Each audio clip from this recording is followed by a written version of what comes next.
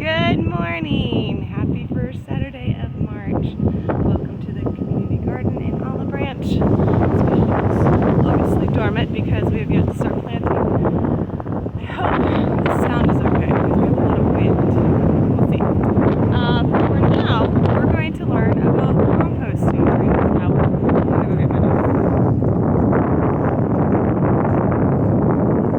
nose. So, basically, composting is made up of two parts. You have your browns and your greens, okay?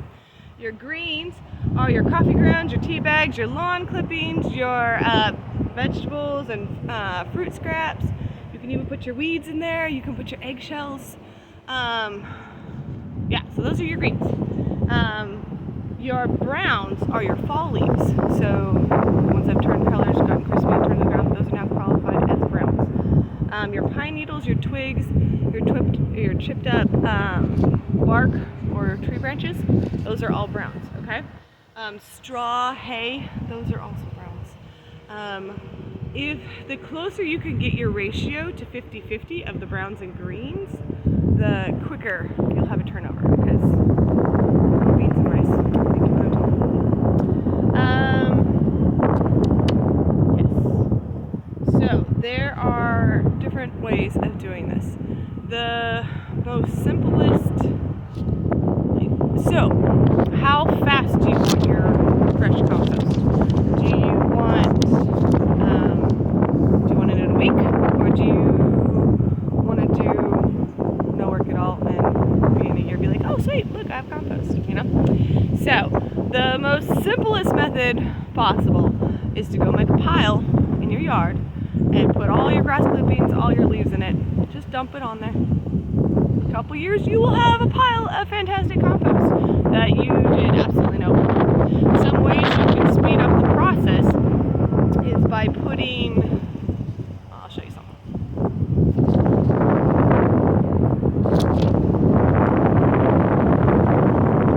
See this drum? This is cool. See all the holes in it? This increases your air rate. So you keep an aerobic environment in your compost pile because you don't want anaerobic because you run into different problems. There is such a thing as anaerobic composting, but I don't, let's keep it simple, right? For today.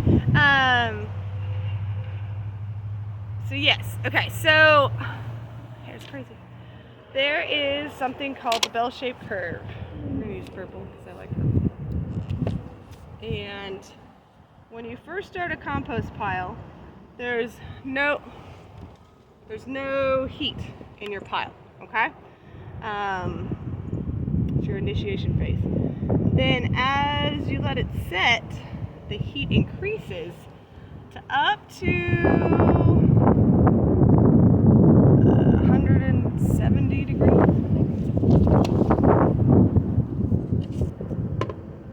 160. So this is called the thermophilic phase, and during this phase it sanitizes it and kills off any seeds that are in it.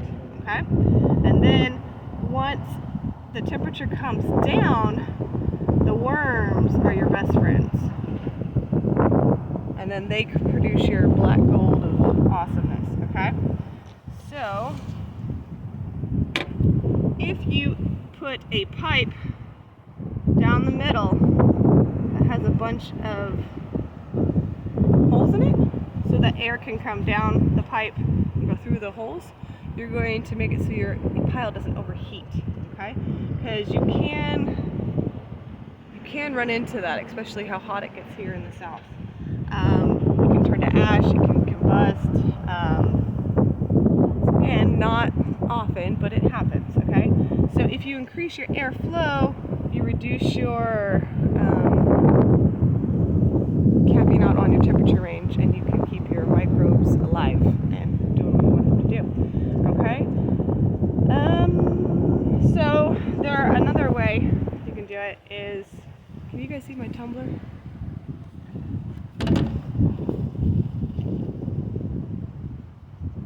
See the tumbler over here? Now tumblers are super fun. They are fun to buy.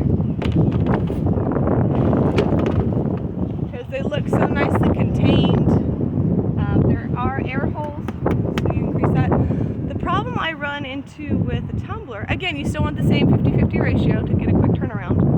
And you can rotate it really easily. Just give it a spin the wheel once a day, and that keeps it moving.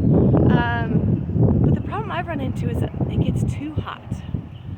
It kills off all my microbes, and I have to reseed it. So, I didn't add that. Another way to increase your speed of your compost pile is to put some good, healthy, finished compost into your pile so that all those microbes are introduced to that pile and they can get to work. So yeah, that's it's taken me forever to get compost out of this. I think I've had this tumbler for 3 years, and I only just got compost from it the other day. But I was excited I got compost from it, so you know. There is a YouTuber called The Drunken Composter, and while it is a hilarious title, it has nothing to do with being drunk and composting. What he does is he looked at the composting process, and he's like, how can I speed up the microbe side of it? Because that's something we can't control, right? Oh, but we can help it. So what he does is he gets one of his, those sprayers you add to your hose, fertilize your lawn, or I think that's the most popular. He puts a can of beer, a can of soda, and a cup of vinegar in it, and then he sprays it on his pile. He alternates, so he puts a layer of leaves, he puts a layer of glass clippings, sprays it down with that mixture. A layer of leaves, a layer of grass clippings, sprays it down, so on and so forth, right? And then every few days he goes out there and takes a pitchfork and gently turns it a little bit to increase his airflow, right? And then he gets compost, I think within 12 days is what he said, which is just fantastic. With not much work really, that's totally doable. So I tried it and it totally does work. I didn't use beer because I'm allergic to it, but I used yeast because that's what's in beer. I used a packet of yeast, I put it in there, I used a can of cola and some vinegar, apple cider vinegar, and I mixed that all up and sprayed it all, and it worked great. So that was a fun learning experience.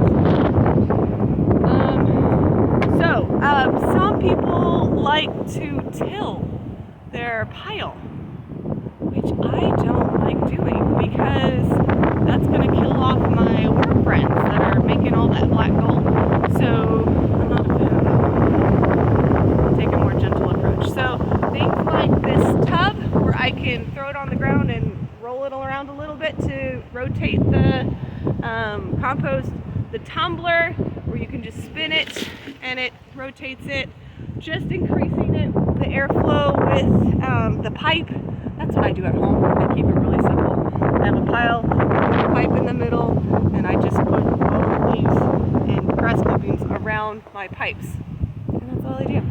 And then I just take off the top layer of leaves, and then I get the compost underneath, and I get it as I need it.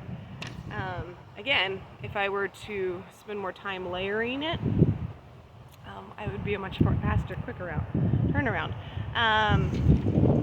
So let me turn my page here. Oh, what can't go in a compost pile? This is a good question. So you can't put meats and oils and greases in your compost pile. This is just your pre-cooked food, really. Yeah. So because they have a different bacteria set that isn't going to be burnt off by the heat range of a compost pile. So sometimes you can get some weird things happening in your compost pile. You don't want to expose your baby seedlings to that. You know what I mean? So what's cool about what we do here at the garden is it's a back to Eden garden, which is shocking to most people that I've met. So basically what we do is we take chipped branches. So if the power company guys, when they come and chop up all the trees limbs when they're trimming up around the lands, that is perfect because you have your greens from the leaves because they're green because they always work during the summer, and it has the branches, which is your brown. So that already is a fantastic composting ratio. So what we do is we take that and we put it on top of our garden back there. And so it helps continuously feed our garden and our soil. It keeps in the moisture because of the wood. And it suppresses weeds. It's not foolproof, but it does a pretty good job. So this year, my most of my mulch is already, or I don't know which, it's not mulch. My mixture of greens and browns out there is pretty used up. So I'm about to have to reapply. I've been gathering all the bags of leaves I see in my neighborhood, and I pull them in my van and I just throw them out on top of the garden, because I'm not worried about a quick turnaround out there, because I also like the weed suppression. So that's what we're doing. It's fascinating because the ground out there is so much softer and spongier than the ground right next to the garden. So it's been fascinating to look at it. And so I'm about to have to, I have 2 piles right here and right here that I'm about to have to go put out on the garden this year. Get my wheelbarrow out. And then I also need to order a new pile, because I'll need one for next year. Because ideally you don't want to put it on the first year you have it, because it's so hot. It's too raw. So I try to avoid doing that. I think that's it, y'all. If you have any questions, feel free to ask me. I probably talk way too fast, and that's okay. Let me know how I can help. Thank you. Bye.